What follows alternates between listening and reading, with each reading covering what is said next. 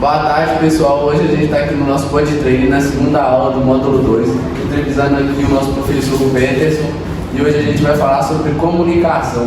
Então, a gente separou algumas perguntas para fazer aqui para o Peterson e ele vai responder-nos algumas dicas de comunicação. Isso aí. Então vamos para a primeira pergunta. A primeira pergunta é: como você define comunicação? Olá pessoal, tudo bem? Obrigado aí pelo convite, participar com vocês aqui desse bate-papo fantástico, já definindo comunicação como um senso comum aqui de ideias que nós queremos compartilhar entre o objetivo central aqui. Então eu consigo realmente me expressar não só através da fala, Yuri, mas também da forma visual, através de gestos, através de semblantes, expressões.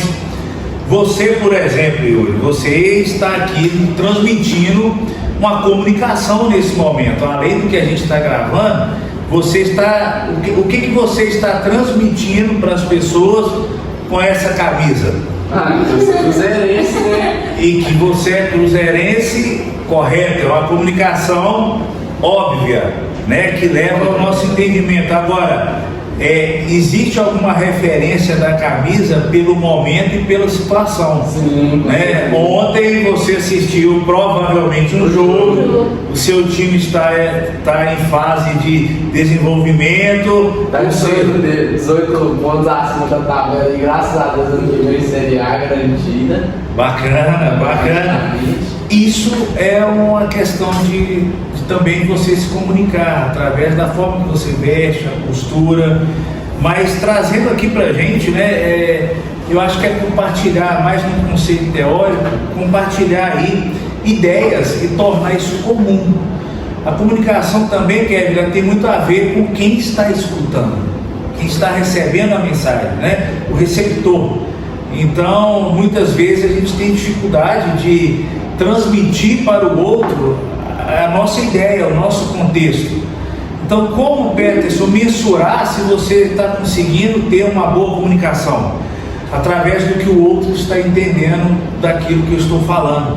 Então, só há uma comunicação quando eu consigo transmitir a ideia, o recado, a proposta para a pessoa que está recebendo essa mensagem.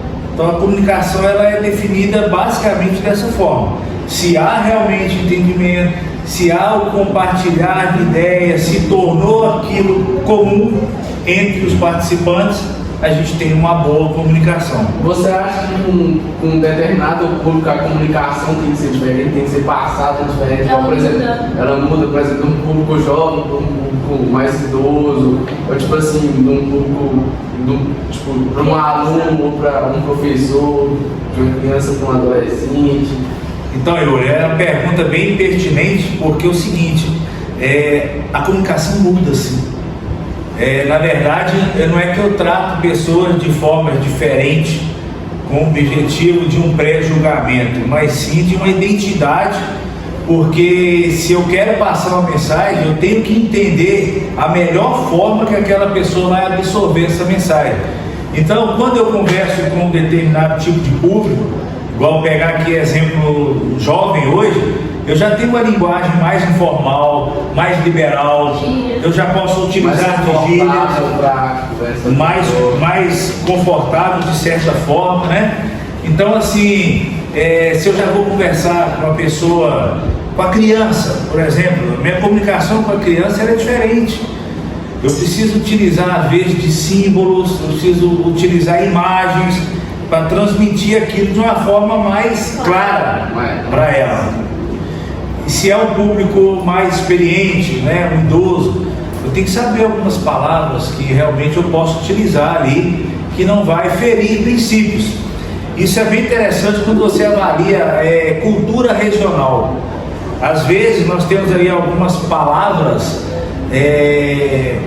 que chegam a ser até engraçadas, Quando a gente pega, por exemplo, o português de Portugal, né, e a gente tem lá uma palavra que lá ela tem um significado e outra. Então, estar atento a esses dados da comunicação que vai gerar, né, de repente você vai criar ali situações desagradáveis. E, como eu disse, tem a ver sempre com quem está recebendo.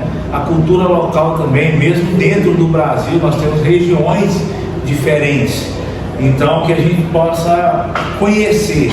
O principal foco aí, o princípio de uma boa comunicação é conhecer sim o perfil da pessoa que você vai comunicar, para você passar aquela mensagem de forma assertiva. Porque senão fica uma comunicação muito poluída e aí fica ruim, não tem entendimento. Então a gente vai para a segunda pergunta, que é quais as técnicas que você usa para a sua comunicação eficaz, que eu acho que já foi até meio respondida aí dentro desse... Sim, além de você ter esse conhecimento do seu público, né, quando eu pego alguma técnica realmente, diretamente falando, principal, leitura. Uma boa comunicação exige uma leitura constante. Vocabulário amplo, um entendimento amplo do assunto, e a gente percebe que hoje as pessoas leem menos. E aí você pode notar que hoje a gente tem uma comunicação mais rápida devido à tecnologia, devido ao mundo digital. A comunicação ela é rápida, mas porém muitas vezes ela chega com ruído. E aí não gera um entendimento, né, devido à fala, devido ao contexto, né, que eu quero passar. Então, se você é uma pessoa que lê muito, automaticamente você começa a escrever mais, você começa a ter vamos falar assim, uma técnica melhor para você se comunicar. E acontece muito também das pessoas não terem domínio do assunto. Nós vamos comentar aqui, por exemplo, vocês estão me perguntando sobre comunicação. Vocês entendem sobre comunicação? Se eu entendo, o nosso papo vai fluir. Porque senão fica só no jogo de pergunta e resposta e não há envolvimento, interação. Por quê? Porque eu não domino. E a gente percebe isso no meio, que as pessoas chegam e querem ali, né, devido à necessidade, à carência das pessoas, que querem ser aceitas no meio, ela chega, mas ela às vezes não tem nem o que conversar. Porque não tem domínio, não tem entendimento, acompanhar as notícias do país, as tendências tecnológicas, tudo isso abre a sua mente com a melhor comunicação. Interação e vai fluir uma comunicação muito mais saudável. E a terceira pergunta agora é para você, qual é a importância da comunicação em uma organização? Olha, tenho comigo que a comunicação é base para qualquer segmento.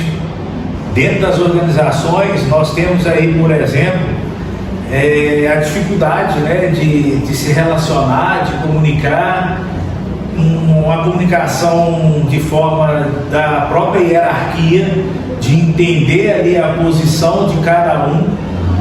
A organização é dividida em setores.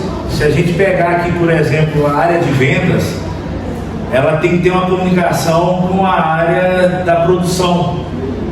A minha meta, né, o estudo pelo meu público-alvo, ela tem que estar baseada na minha capacidade também de produzir e naquilo que eu vou vender. Peraí, Petri, quem vai entender sobre quanto vender do meu público? O marketing vai fazer todo esse processo de comunicação dentro da empresa, vai interligar os setores. Então, se eu produzo de forma equivocada, eu vou ali pressionar a minha equipe de vendas e automaticamente isso vai impactar no meu cliente final. Então, a comunicação ela é essencial para que isso venha acontecer de uma forma que a minha produção está atrelada ao que o marketing fez lá na frente, na pesquisa e identificação do meu público-alvo, e aí eu vou trabalhar metas de crescimento para a minha equipe de vendas. Então isso é comunicação entre setores. Então se não há essa comunicação, isso vai ter problema lá na frente, nos processos. Do outro para funcionar. Sim, completamente independentes um do outro. E você acha importante ter uma comunicação depois da venda, pós-venda, uma comunicação pós-venda com o cliente? Sim, Yuri, eu tenho um conceito que a venda nunca termina. Então não existe para mim um fechamento e conclusão de vendas. A venda é um processo, é um relacionamento que você cria ali por tempo indeterminado. Então quanto mais eu conseguir estreitar essa comunicação com o meu cliente e não deixar ele perdido aí no mercado, poxa, eu faço uma venda e pronto, acabou. Eu corto a minha comunicação e relação com ele, ele está ali aberto à concorrência, ao mercado de trabalho. Então eu tenho que ter sim uma comunicação no pré, durante e pós-venda. O que eu consigo manter através da comunicação, eu consigo manter o cliente mais próximo. Ele sempre vai lembrar de você, né? Por exemplo, comprou um produto lá na sua loja. Vou comprar outro produto relacionado ao que vende na loja. Ele já vai vir direto em você, né? Sim, porque eu vou estreitar esse relacionamento através de uma comunicação. Lembrando que ela tem que ser saudável.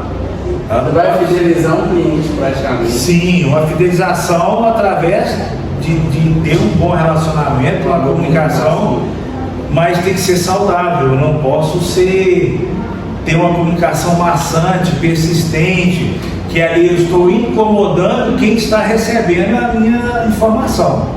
Então a comunicação é importante, mas ela não pode ser excessiva. Tem que ser dosada. Tem que ser dosada para a gente ir entregando a informação aos poucos, porque senão a pessoa não vai conseguir digerir tudo aquilo que você quer passar para ela. E agora a gente vai para a última pergunta com o Peterson, que é o que dificulta a comunicação hoje? O que eu percebo nessa dificuldade é quando o receptor, a pessoa que vai receber essa mensagem, ela muitas vezes cria bloqueios voltados à opinião ser diferente da dela, e muitas vezes ela quer algo que seja mais confortável para ela. E aí as pessoas também estão muito cheias de si mesmas, elas têm eu sou dono da razão, eu já sei isso. Então quando eu demonstro isso, que eu não preciso daquilo, que eu não preciso agregar informação, eu começo a bloquear.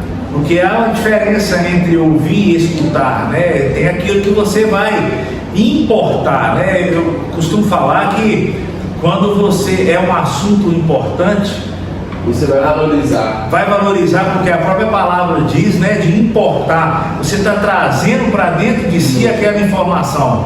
Então você começa a ouvir e entender melhor. E aí muitas vezes vai dificultar quando eu começo a bloquear essa informação. Entra no ouvido e sai no outro. E aí, por exemplo, nós falamos também aqui no início do nosso bate-papo sobre a sua camisa. Uma informação, né, uma comunicação através da camisa. Lembrando que essa comunicação ela pode ter efeito negativo. Se você vai conversar com uma pessoa de time oposto, ou que não simpatiza pela sua camisa, você realmente pode criar o quê? Bloqueio, e isso dificultar a sua comunicação. Poxa, o cara vem conversar comigo com a camisa do Cruzeiro e sabe que eu sou do Atlético.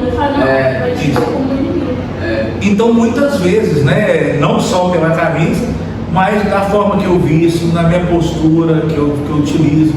Quando eu consigo fazer uma comunicação não só verbal, mas eu consigo, através da minha postura, do meu gesto, da roupa que eu visto, comunicar e causar na pessoa uma boa impressão para poder te ouvir. Acho que esse é o grande desafio. A gente quer falar de qualquer jeito, mas primeiro eu preciso conquistar a atenção do outro para ele parar, para ele dar importância àquilo que eu vou falar. Aí nós vamos gerar uma comunicação mais eficaz, mas um bloqueio, o que limita mais uma comunicação é realmente esse bloqueio aí, esse empecilho que o outro coloca antes de ouvir. Então, esse foi o nosso treinamento. Obrigado aí por terem acompanhado, assistido até o final. Espero que vocês gostem. E compartilhe bastante com seus amigos, no grupo da família, com um amigo que tem dúvidas sobre como destacar suas orientações em sala de aula. isso. isso aí. Obrigado, pessoal. Obrigado, pessoal. Até mais. Até mais.